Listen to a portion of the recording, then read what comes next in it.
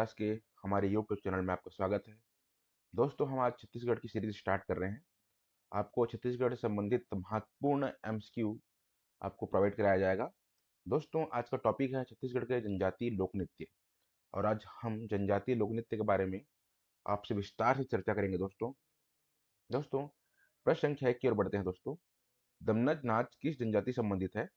Option है गोंड। पहला option है गोंड, दूसरा है मुंडा, तीसरा है पहाड़ी कोरबा, चौथा संथाल। दोस्तों, आपको बताना चाहूंगा कि जो दमन नाच है वे करते हैं पहाड़ी कोरबा, इसलिए ऑप्शन नंबर 3 आपका सही होगा। दोस्तों, प्रश्न संख्या हम 2 की ओर बढ़ते हैं। दोस्तों, माओपाटा नृत्य से संबंधित असत्य कथन कौन सा है? ऑप्शन ए है माओपाटा नृत्य मुरिया जनजाति का एक शिकार नाटिका है। दूसरा है इस नृत्य में नवयुवक द्वारा जंगली भैंस एवं सांभर का शिकार किया जाता है।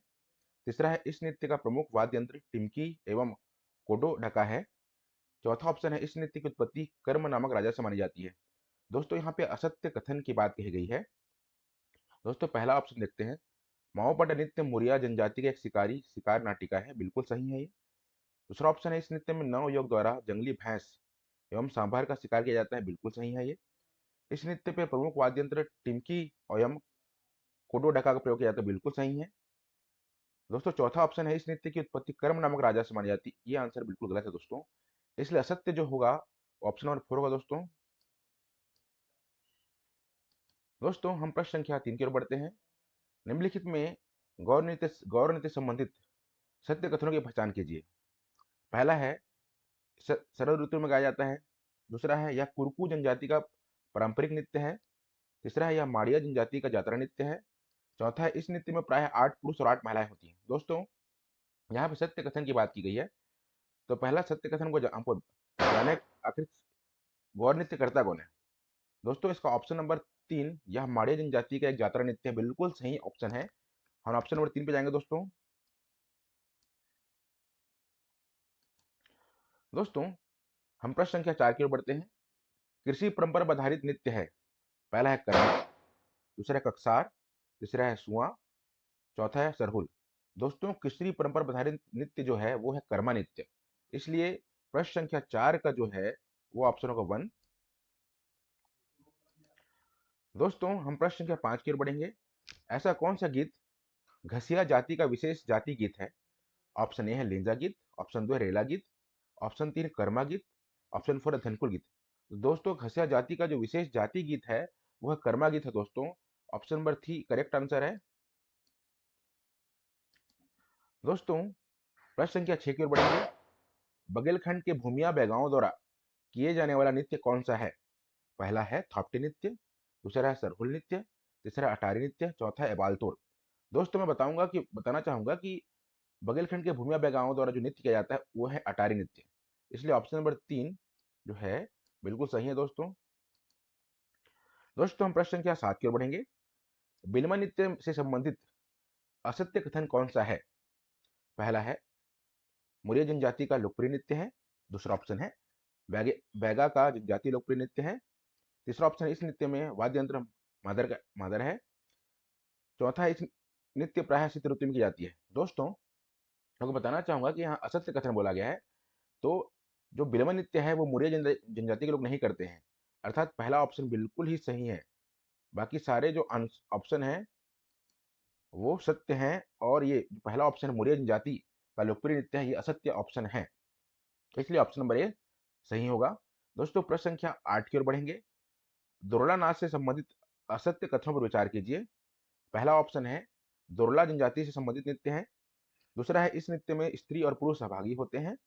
तीसरा ऑप्शन है इस नृत्य में प्रमुख वाद्य यंत्र ढोल है। चौथा है इस नृत्य सरगुजा संभाग में प्रचलित है। दोस्तों, दुर्ला जो जनजाति पाई जाती है इसकी अवस्थिति जो है वो बस्तर संभाग में है।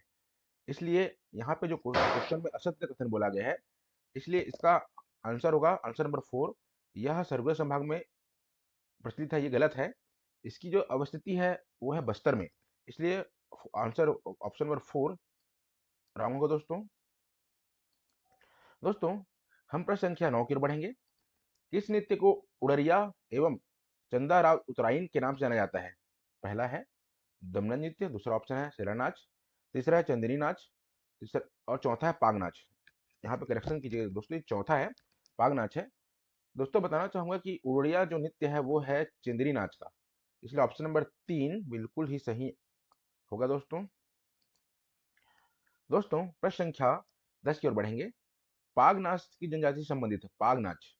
पहला ऑप्शन है दुर्ला, दूसरा है मुरिया, तीसरा है बैगा, चौथा है दुर्ला। दोस्तों पाग नाच जो है वो बैगा जनजाति का नृत्य है। यह होली के अवसर पर किया जाता है और इसमें मुखौटे का विशेष महत्व है दोस्तों, इसलिए पाग नाच संबंधित किससे है तो बैगा जनजाति से है दोस्तों, ऑप्शन नंबर 3। दोस्तों प्रश्न संख्या 11 की ओर बढ़ेंगे। परभुनी बारात में हाथी नृत्य का मुख्य उद्देश्य क्या है? ऑप्शन ए है बुरी आत्माओं को दूर भगाना, दूसरा है मेहमानों का मनोरंजन करना, तीसरा शक्ति और सौभाग्य का प्रतीक होना, चौथा है देवताओं को श्रद्धांजलि देना। दोस्तों मैं बताना चाहूंगा परभुनी क्या होता है कि जब बारात को परखाते हैं उसी संबंधित है परभुनी, तो उस टाइम हाथी नृत्य किया जाता है। तो इसका मुख्य उद्देश्य क्या है पूछा गया है, तो इसका मुख्य उद्देश्य है दोस्तों शक्ति और सौभाग्य का प्रतीक होना, अर्थात ऑप्शन नंबर 3 जो है दोस्तों बिल्कुल सही है। दोस्तों प्रश्न संख्या 12 की ओर बढ़ते हैं। हाथी नृत्य कौन करता है? पहला ऑप्शन है दूल्हे का दुल्हन का परिवार, दूसरा है दूल्हे का परिवार, तीसरा है पेशेवर नर्तकों का समूह, चौथा है स्थानीय ग्रामीण। तो दोस्तों जो हाथी नृत्य है जो परभुनी के टाइम करते हैं वो करते हैं दूल्हे का परिवार करता है दोस्तों, इसलिए ऑप्शन नंबर 2 है वो एकदम सही है। दोस्तों प्रश्न संख्या 13 की ओर बढ़ते हैं। परभुनी बारात के साथ अक्सर कौन सी अन्य संस्कृति प्रथाएं एवं या रीति रिवाज जुड़े होते हैं? ऑप्शन है लोकगीत गाना, ऑप्शन 2 है पारंपरिक वाद्य यंत्र बजाना, ऑप्शन 3 है देवताओं को प्रार्थना करना और चौथा है उपरोक्त सभी। दोस्तों परभुनी बारात के समय लोकगीत भी गाया जाता है, वाद्य यंत्र भी बजाए जाते हैं और देवताओं का पूजा भी किया जाता है, प्रार्थना की जाती है, अर्थात चौथा जो ऑप्शन है उपरोक्त सभी बिल्कुल सही होगा दोस्तों।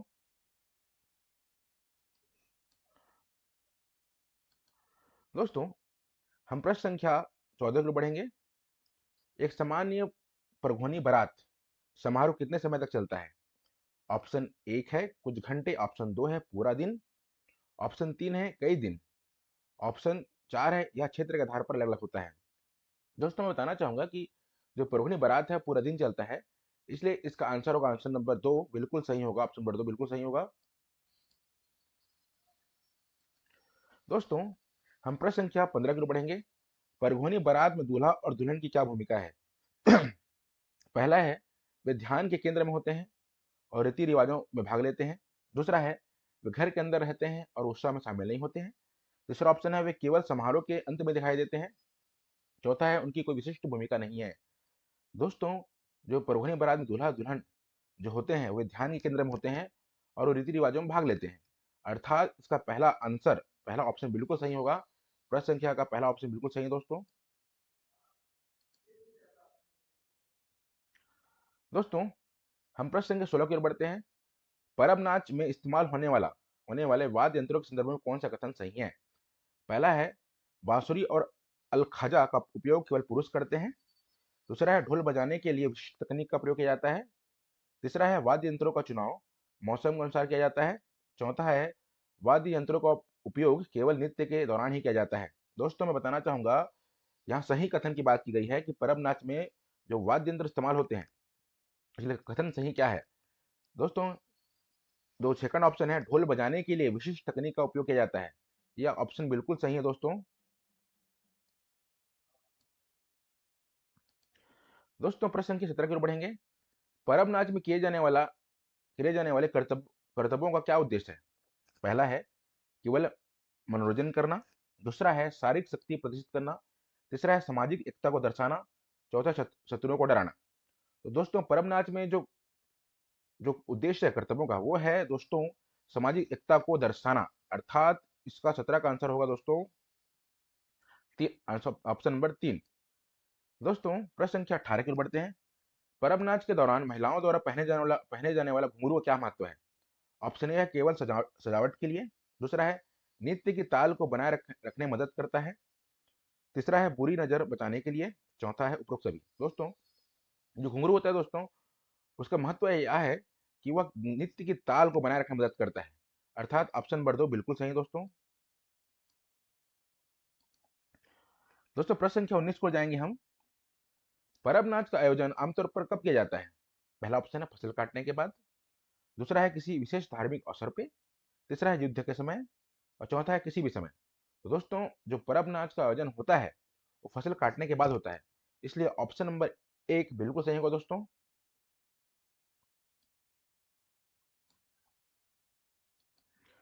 दोस्तों प्रश्न संख्या हम 20 की ओर बढ़ते हैं। परब नाच में पिरामिड बनाने का क्या महत्व है? पहला ऑप्शन है शारीरिक ताकत दिखाना, दूसरा है समूह में काम करने की क्षमता दिखाना, तीसरा धार्मिक विश्वास को दर्शाना, चौथा उपरोक्त सभी। दोस्तों जो परब नाच में पिरामिड पिरामिड बनाया जाता है वो दर्शाता है समूह में काम करने की क्षमता दिखाता है, अर्थात इसका आंसर है आंसर नंबर दो। दोस्तों हम प्रश्न संख्या 21 की ओर बढ़ेंगे। धुरवा जनजाति के लोग परब नाच को क्यों महत्वपूर्ण मानते हैं? ऑप्शन ए है यह उनकी संस्कृति का एक अभिन्न हिस्सा है, दूसरा है यह उनकी युवा पीढ़ी को उनकी परंपराओं से जोड़ता है, तीसरा है यह उनकी सामाजिक एकता को मजबूत करता है, चौथा है उपरोक्त सभी।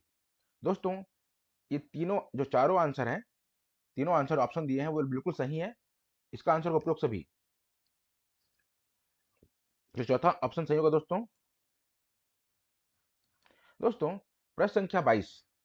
परम नाच को पुरुषों द्वारा पहने जाने वाले मोर पंख का क्या प्रतीकात्मक महत्व है? पहला सौंदर्य का, दूसरा साहस का, तीसरा स्वतंत्रता का, चौथा उपरोक्त सभी। दोस्तों जो परम नाच में पुरुष जो मोर पंख धारण करते हैं वो एक साहस का प्रतीक है दोस्तों, इसलिए ऑप्शन नंबर दो बिल्कुल सही होगा दोस्तों।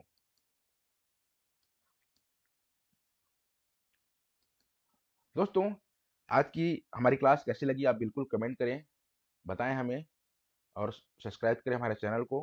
मैं प्रयास करूंगा कि मैं बेहतर से बेहतर क्वेश्चन आपके लिए लेके आऊं, नए से नए क्वेश्चन, और काफ़ी आपको हेल्पफुल होगा ये मेरे क्लासेस। बिल्कुल हमारे क्लास में बने रहे दोस्तों। धन्यवाद।